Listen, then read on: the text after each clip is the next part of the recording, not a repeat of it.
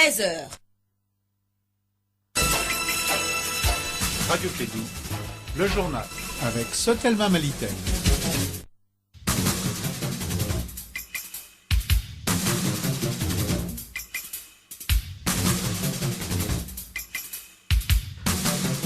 Mesdames et messieurs, bonjour. Merci de votre fidélité. Bienvenue dans ce 13h les titres. Les Émirats Arabes Unis parrainent 10 000 enfants orphelins des régions nord du Mali à travers un plan nommé Projet Orphelin. Le lancement s'est tenu hier. Faire de la nutrition une priorité de l'engagement politique et financier au Mali, c'est le thème du Forum national sur la nutrition qui a démarré à Bamako. La Côte d'Ivoire et la Tanzanie sont les pays participants. C'est un général nigérien qui prend le commandement du G5 Sahel. Il s'appelle Oumarou Ounamata Gazama.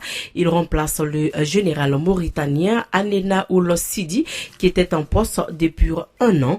Bienvenue dans ce journal. Présentation Mariam Kouyati.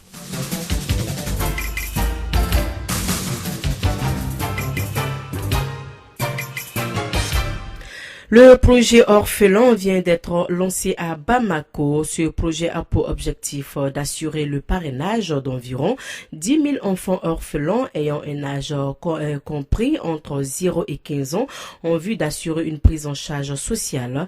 L'initiative vient des Émirats Arabes Unis. On en parle avec Bibata Amamo Touré. L'ONG Agir a signé en juin 2017 à Bamako un mémorandum d'entente avec le ministère des Affaires étrangères des Émirats Arabes Unis à travers l'autorité du Croissant-Rouge des Émirats. Ce partenariat est basé entre autres sur la prise en charge des orphelins et sur plusieurs projets de développement dans le domaine de la santé, de l'éducation, de la formation du monde rural. Keita Aminata Mega, présidente de l'ONG Agir. Mon ONG, Agir pour l'environnement et la qualité de la vie, n'est pas restée en marge de cette question épineuse que vit le Mali.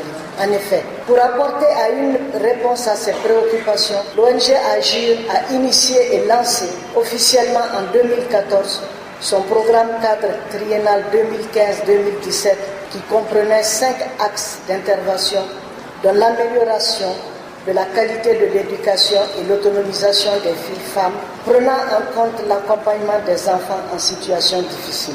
Le gouvernement du Mali, à travers le département de la solidarité et de la lutte contre la pauvreté, n'a ménagé aucun effort pour que les conditions de vie des populations en général et en particulier les couches les plus vulnérables soient améliorées. Amadou Konaté, ministre de la Solidarité et de lutte contre la pauvreté. L'engagement du président de la République d'assurer une protection effective à tous les enfants du Mali et une protection intense, chaleureuse et attentionnée à ceux d'entre les enfants du Mali qui n'auront pas eu la chance d'évoluer avec leurs parents sera un engagement tenu.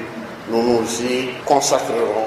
Le parrainage a une responsabilité, celle de mettre à la disposition de l'orphelin les ressources nécessaires, mais une autre responsabilité beaucoup plus grande, celle de faire bénéficier effectivement à l'orphelin les services que ces ressources doivent permettre de mettre à disposition. Au jour d'aujourd'hui, sur 1000 orphelins enregistrés, 351 ont été déjà parrainés. Un compte bancaire est ouvert à la Banque malienne de solidarité au nom de chacun de ces 351 orphelins. Un atelier de plaidoyer en faveur des enfants et jeunes migrants a eu lieu hier à l'hôtel Mikasa. Objectif, promouvoir une gouvernance sous-régionale efficace des migrants et de protection des enfants et jeunes en mobilité entre la Côte d'Ivoire, le Mali et le Burkina Faso à travers le projet régional Rabat Process. C'est une initiative de Save Children.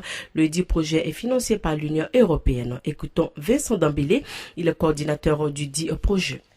L'objectif de cet atelier, c'est vraiment faire un plaidoyer auprès des ministères en charge de la protection des enfants et jeunes pour qu'ils donnent plus de moyens aux services sociaux, pilotes de la base des données, à faire face aux impératifs, aux réalités, aux évidences que ces enfants et jeunes vivent au cours de leur trajet nationale et transnationale entre les trois pays, cités un peu plus haut. Du bilan du côté du Mali, il y a 3 bases de données qui sont fonctionnelles depuis octobre 2018. Et de ces 3 bases, nous avons enregistré 2900 enfants et jeunes migrants entre le Mali, le Burkina et la Côte d'Ivoire. Donc, en plus de ça, parmi ces enfants et jeunes, ceux-là qui sont vulnérables, nous avons fait des réponses. Nous avons eu à faire des réponses en fonction de leur vulnérabilité à travers les réseaux Afrique de l'Ouest qui, avec Save,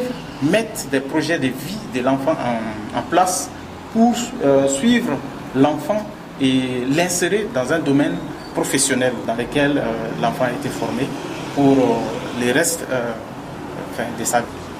Le projet Rabat Process n'a pas comme vocation pour mettre un frein à la mobilité des enfants et jeunes. Cela même est un droit. Mais nous faisons en sorte que l'enfant ou le jeune qui est en mobilité ait tous ses droits, soit informé de tous ses droits au cours de son parcours. Voilà donc cet atelier de plaidoyer en faveur des enfants migrants a donc démarré ce matin à l'hôtel Mikasa. Forum national sur la nutrition, deuxième du genre après celui de 2010. Les acteurs impliqués dans la lutte contre l'insécurité alimentaire et nutritionnelle se concertent à Bamako. La rencontre qui a démarré hier est placée sous le thème principal, faire de la nutrition une priorité de l'engagement politique et financier au Mali. D'autres pays prennent part à ce forum national sur la nutrition, notamment la Côte d'Ivoire et la Tanzanie. On en parle avec Fanta Diakité.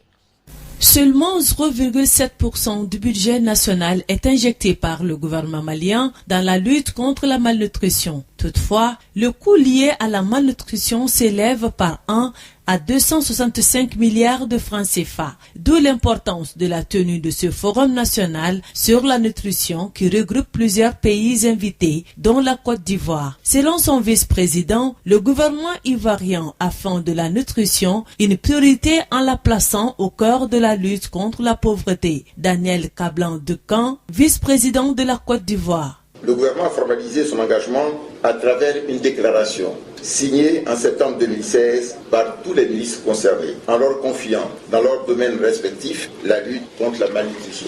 Aujourd'hui, la situation est plus que jamais urgente au Mali. Selon l'enquête Smart 2018, un enfant sur 10 souffre de malnutrition et un enfant sur 4 souffre de retard de croissance. Dr Boubou Cissé, Premier ministre, chef du gouvernement. Le retard de croissance a des conséquences dévastatrices et durables pour les enfants qui en sont atteints, marqués entre autres par un risque plus élevé de souffrir de certaines maladies chroniques comme le diabète et l'hypertension artérielle, un développement physique et intellectuel sous-optimal et finalement à une capacité de production moindre. Il est donc indispensable de trouver des solutions de long terme afin de réduire le fardeau de la malnutrition sous toutes ses formes.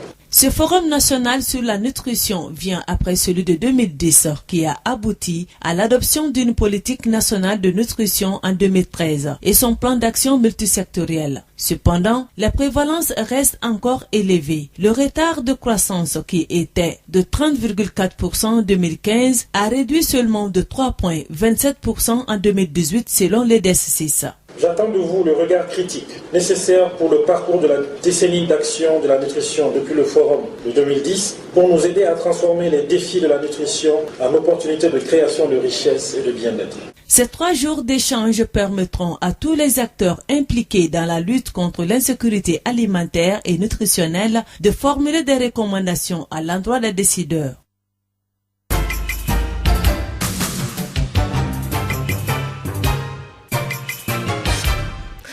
L'actualité hors du Mali, je l'ai annoncé en titre. Le général nigérien Oumarou Namata Gazama remplace désormais le général mauritanien Anuna Oulo Sidi au commandement du G5 Sahel. Le nouveau patron du G5 Sahel fait partie de la crème de l'armée nigérienne. Après donc les cours de perfectionnement des officiers en France, il a séjourné en Chine pour des cours d'état-major, puis au Nigeria à l'école de guerre. Il est aussi titulaire des masters en études études stratégiques de guerre. En Algérie, les langues administratives sont traditionnellement l'arabe et le français, mais le ministre algérien de l'enseignement supérieur affirme depuis plusieurs semaines que la langue française n'est pas utile et qu'il souhaiterait qu'elle soit remplacée par l'anglais. Taïb Bouzid, qui ne semble pas vouloir s'arrêter là, a pris donc une première décision cette semaine à ce sujet. Utiliser plus d'anglais dans les universités. Les en-têtes des documents officiels devront désormais être écrits en arabe et en anglais. En Gambie, auditionné hier mardi par la commission Vérité et Réconciliation, 2 anciens membres de la garde présidentielle de Yaya Jammeh ont reconnu avoir participé à l'exécution de migrants sur ordre de l'ancien chef de l'État gambien. Les faits remontent à juillet 2005. 56 migrants, en majorité des Ghanéens, mais aussi des Sénégalais, des Ivoiriens, des Nigériens et des Togolais, sont exécutés sommairement sur ordre de l'ancien président Yaya Jammeh. 4 suspects guinéens, sierra-léonais, libériens et nigériens ont été condamnés lundi par un tribunal de Conakry à la prison à perpétuité pour l'assassinat de Tieno Aliou Diaoune, ministre sous la tradition militaire en 2010. Les 4 accusés qui ont tous nié les faits d'assassinat pour lesquels ils étaient poursuivis ont été condamnés lundi à la prison à perpétuité assortie d'une peine de sûreté de 30 ans. Il comparaissait donc devant le tribunal criminel de Dixine dans la proche banlieue de Conakry depuis le 18 mars dernier, dans un procès qui a connu de nombreuses suspensions.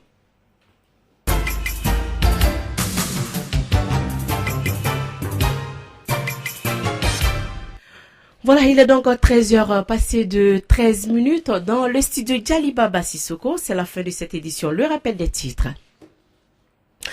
Les Émirats arabes unis parrainent 10 000 enfants orphelins des régions nord du Mali à travers un plan nommé Projet Orphelin. Le lancement s'est tenu hier. Faire de la nutrition une priorité de l'engagement politique et financier au Mali, c'est le thème du Forum national sur la nutrition qui a démarré à Bamako. La Côte d'Ivoire et la Tanzanie sont les pays participants. C'est un général nigérien qui prend le commandement du G5 Sahel. Il s'appelle Oumarou Namata Gazama, jusque-là chef d'état-major adjoint de l'armée de terre du Niger. Il remplace le général mauritanien Anema Oulossidi qui était en poste depuis 1 an.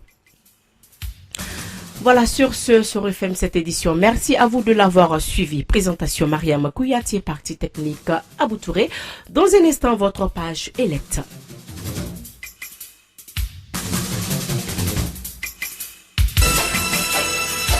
Radio Kédou, le journal avec Sotelma Malitel. Ici,